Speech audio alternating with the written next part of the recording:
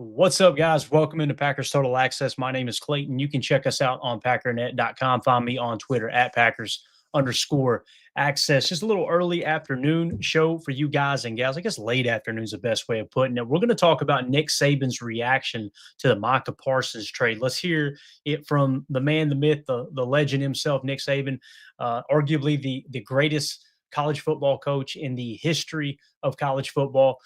Really want to get his take on how he feels about acquiring a player like Micah Parsons. We'll also get into the back injury. You guys remember Micah Parsons had a back injury a couple weeks ago. We'll get the details on that from Ian Rappaport, and we'll also dive a little bit into the contract. Going to be a real quick episode. Just want to give you guys these updates real quick. Now, before we get into that, do that YouTube stuff for me. Hit like, hit subscribe. If this is your first time tuning into PTA, welcome. Thank you for making us part of your afternoon. We're not experts here. We're not insiders. We're not media members. What we are fans just like you, and you're talking Packers on the daily. We're doing pregame shows, postgame shows, film breakdown. Tomorrow, we'll be doing a Micah Parsons chalk talk, breaking down all of his sacks from last year, probably squeeze in some run stops as well. Going to be a really, really fun show. So if you're looking for daily content like that geared around the Packers, make sure you click that bell icon so you're notified when we go live, and make sure you're subscribed to the channel. Let's jump into it. So Nick Saban was on the Pat McAfee show earlier today, and he was asked by Pat McAfee and former Green Bay Packer A.J. Hawk how he felt about the Micah Parsons trade. Let's see what the GOAT Nick Saban had to say about this deal. You been paying attention to any of the NFL stuff right now with Micah?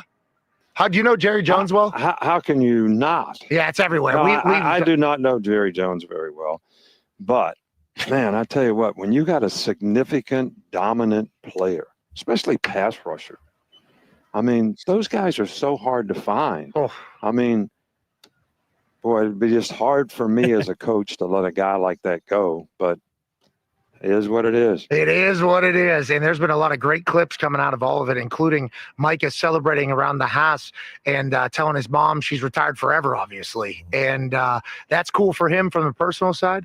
But the Green Bay Packers feel the exact same way you do. They go, hold on. We just picked up out 2 firsts. And Kenny Clark, great player. Nobody's talking about that enough. Great player. He's a great player. Kenny's got to stop the run. Kenny's a great player, and Jerry said he got to stop the run. But I think there's a lot of teams saying, did we all know this is what it took to get Micah Parsons? I think anybody would want a dominant pass rush. I'll pause there a second. Doesn't that sound like what we were saying? Like going into this whole process, there were people, media members, not just fans, not just random Blow Joe from Kokomo over on X, right? These were media members who've been in and around the Green Bay Packers, talking Packers for multiple decades, saying it's going to take 4 first-round picks. It's going to take 3 first-round picks and Rashawn Gary, right? We're going, whoa. I told everybody I give up a first and a third.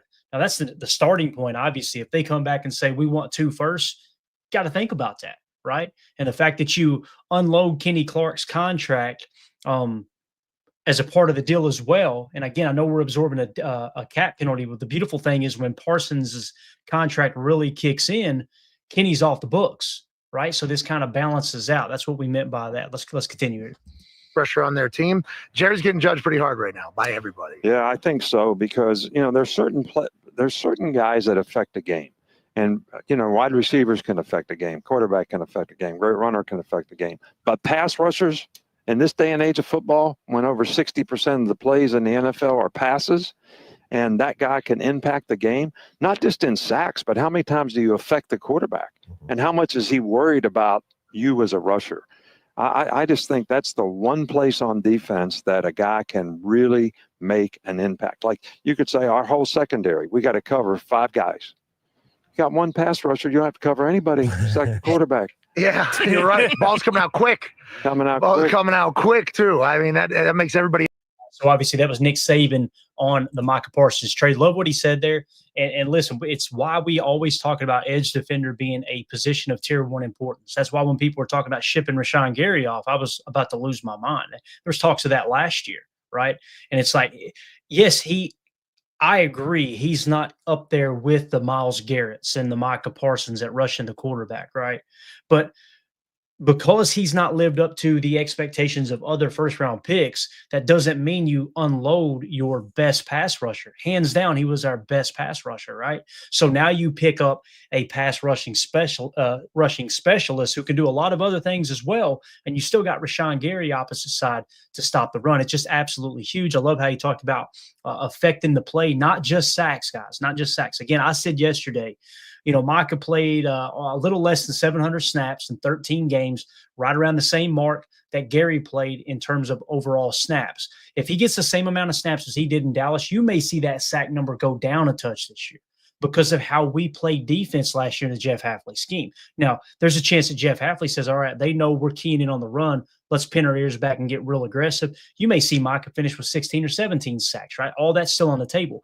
But my point is, if the sack number goes down a touch, it's because of the scheme change, and don't be alarmed by that. I imagine even if it does drop a touch, you're probably going to see some of the other analytics, some of the other statistics geared around the defense and Jeff Hafley's approach to keeping other teams out of the end zone. You'll probably see those numbers improve a little bit, right? And if he warrants extra attention, which you'll see on Chalk Talk, man, he is a speed demon rushing off the edge and even playing Joker, mugging the A-gaps, things like that. The thought of him and Adrian Cooper in the A-gap, really, really exciting. So again, this deal makes all the sense in the world to me because of what you had to give up. You gave up 2 first-round picks and a player you were going to move on from next year because of salary cap ramifications anyway, and a guy who underperformed the last 3 to 4 years, right? So it makes all the sense in the world. 3 first-round picks and Rashawn Gary, absolutely not. 4 first-round picks, some people were saying yesterday, you've lost your mind. So I love that the media is kind of coming back down to earth now going, wow, man, it didn't take as much as we thought. Yeah, y'all were taking crazy pills with all that talk. So Reggie L in the chat says the reaction of the Cowboys fans has been the most delusional piece of work I've ever witnessed. They're big mad. It is hilarious to watch that process. They went from you're not getting Micah for anything less than 5 first-round picks. There was people all in my mentions talking about that from the Dallas Cowboy fans, right? And I'm going, maybe I'm wrong here. Maybe I don't understand the value of one player in the league, right? They went from that to them only getting 2 first-round picks and a 30-year-old, right? And all of a sudden, we fleeced you, right? And it's like, okay, keep telling yourself that. And then today on Dallas Sports Talk, which got to be honest, been listening to it all day long, they are having a complete meltdown. So this emotional roller coaster of Cowboy fans has been something to see. Reggie, completely agree there, buddy. So let's move on now to this is Ian Rappaport on the Insiders, or actually NFL Network Up to the Minute, I believe is the name of this show. And we'll just throw any kind of screen grab. That seems pretty fitting for the situation here, right? And this is them talking about the back injury. There was a little bit of concern. People were going, I thought his back was hurt. We were pretty vocal on this particular program, this particular show, that hey, look, it's common knowledge. Nothing was wrong with Micah Parsons' back, and I even sided with Jerry in that regard when I said, listen, if he tries to play that too aggressively when it comes to the quote unquote back injury, that's going to bite him in the ass, him being Parsons, because they can now punish you for conduct detrimental to the team. So obviously, some Packer fans still a little bit worried about that back injury. Let's see if there was actually anything there. Here is Ian Rappaport, Tom Pelissero, and Mike Garafolo talking about the phantom back injury. Well, and you know what I was thinking about? You talk about the doctor's appointment that Micah Parsons went to. If there was ever any doubt from the Green Bay Packers whether or not he would pass a physical after not participating in training camp, like, he just passed one, right? I mean, I assume he went to go see Dr. Watkins, one of the experts in backs. He was in LA. That's where, again, one of the specialists is. If the Packers ever wondered about his health, they probably got a pretty good read there, which just so happened to be while the two sides were negotiating Micah Parsons' contract, while the Packers knew they had a deal with the Dallas Cowboys, and they also now know Micah Parsons has a clean bill of health. So all those things happen in what has been a very nervy 3 or 4 days for everyone involved, including maybe a couple reporters. But all's well that ends well for Micah Parsons, who is now a Green Bay Packer. So there you go. No concerns whatsoever when it comes to the back, as we had said before. Obviously, that's something that was just, listen, I'm not holding that against Micah. That's one of the only defenses he had, right? Jerry was right. Jerry Jones is the one who blinked here. Jerry was right. He had his rights for 3 years. There's nothing Micah could do about it. So it got to the point where Micah, I feel like, pressed in, and his camp pressed in. When his camp told Jerry to stick the contract up his arse, I believe they knew exactly what they were doing, going, we need to beat up on Jerry Jones's ego just enough to piss him off enough that he'll trade us and get us out of here, right? That's essentially what happened. 2-0 for this in the chat says the full contract is out, and boy, it is glorious. Russ Ball is a wizard. So let's talk a little bit about that. We won't have time to break the entire deal down, but let's kind of dive into some of the important numbers. And we had talked about this. You know, the number you guys keep hearing is 47 million per, 48 million per, right? Check this out. Tom Pelissero breaking down the contract. Micah Parsons is expected to sign soon with the Packers. $44 million signing bonus, $62 million through the first new year, $100 million through the first two, $141 through the first three. $120 million fully guaranteed at signing, another $16 million for injury vests a year earlier. It's a massive deal. He goes on and says a full breakdown. $44 million signing bonus, $1.1 million base salary fully guaranteed. 2026, it's a $38 million option bonus fully guaranteed, and then you get the base salary fully guaranteed at $2.3 million. 2027, $34.4 million with $3.1 in base salary. So you get the fully guaranteed and then the injury guarantee of $3 million there in 2027. 2028, $40.5 million base salary, partially injury guaranteed. Count it off, guys. It's really, everybody's reporting it as a 4-year, however many $1 million deal, and they're saying that comes out to what were everybody saying, 47 to 48 million per. In actuality, it's actually a 5-year deal. Let's move along here. 2029, 43.5 million base salary, and then 1 million for the 90-man roster bonus. That's in 2029. Okay, so $200K per game, active bonus each year, $250 for the workout bonus each year. The new money is base value is 4 years, 186. That's what the agents have the insiders report when everything breaks out, right? They inflate that number and show the best case scenario of the number, and that's where you come up with the, everybody just going, wow, he's getting paid more than TJ Watt and these guys, and he may still be, but they're making it sound like it's significantly more, right? That's just a game the agents play to increase the value of their particular firm, including the year Parsons has left on his old contract. Kind of important. I love how he saved this for the very end.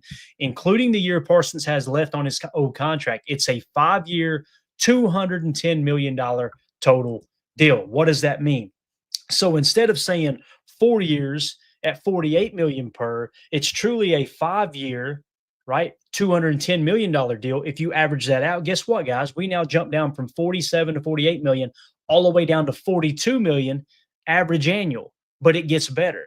120 million guaranteed on a 5-year deal. You guys know how we talk about this all the time on PTA when we break down contracts.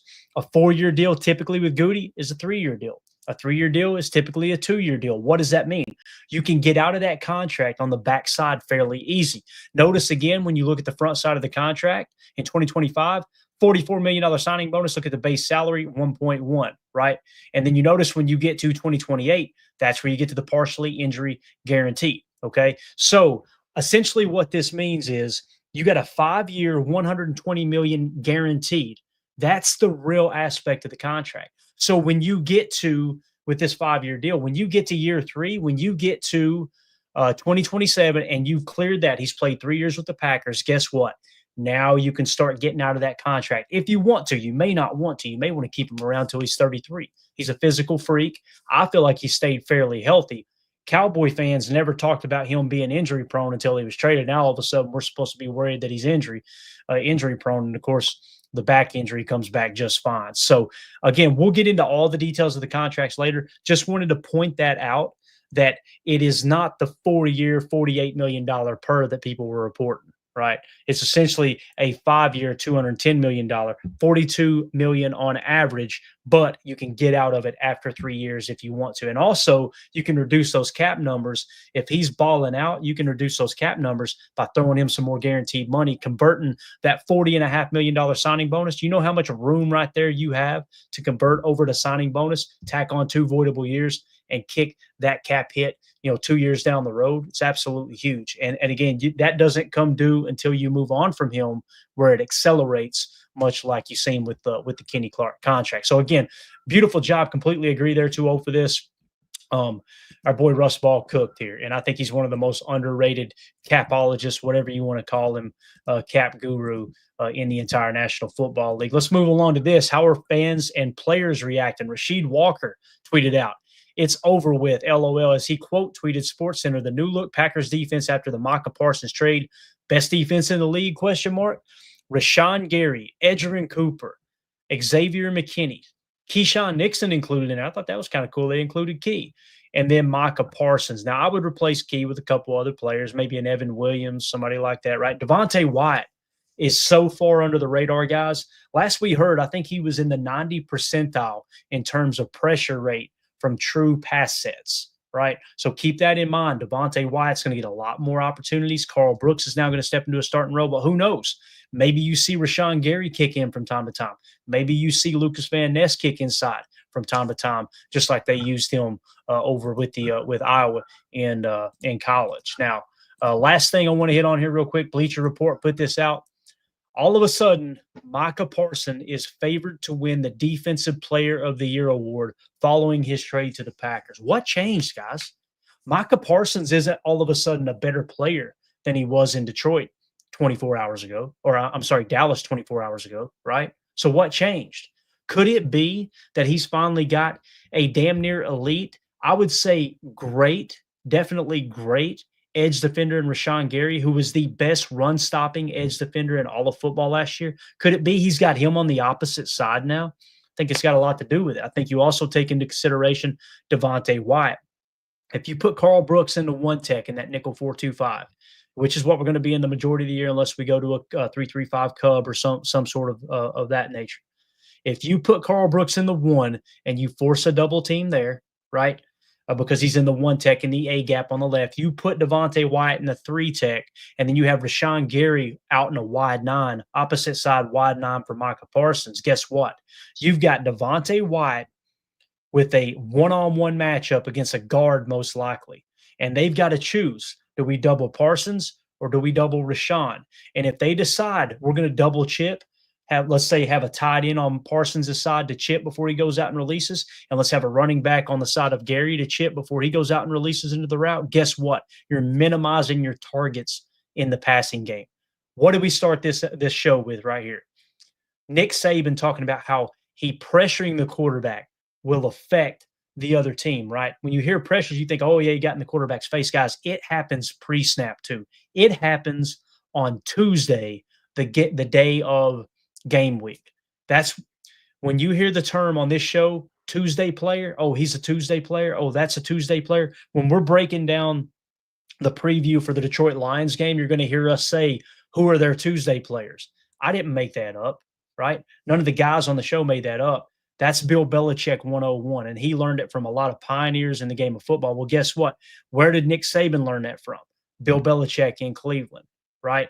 You'll hear Michael Lombardi talk about it. He learned it from Bill Walsh and Bill Belichick. So why is that important? You now have a defensive front that's absolutely loaded with players. Micah Parsons is the biggest threat. There's no two ways about it in the passing game. Right? You got to come out on Tuesday and go, how do we stop number 11, 0, whatever number he's going to wear? How do we stop him from wrecking our game plan, right?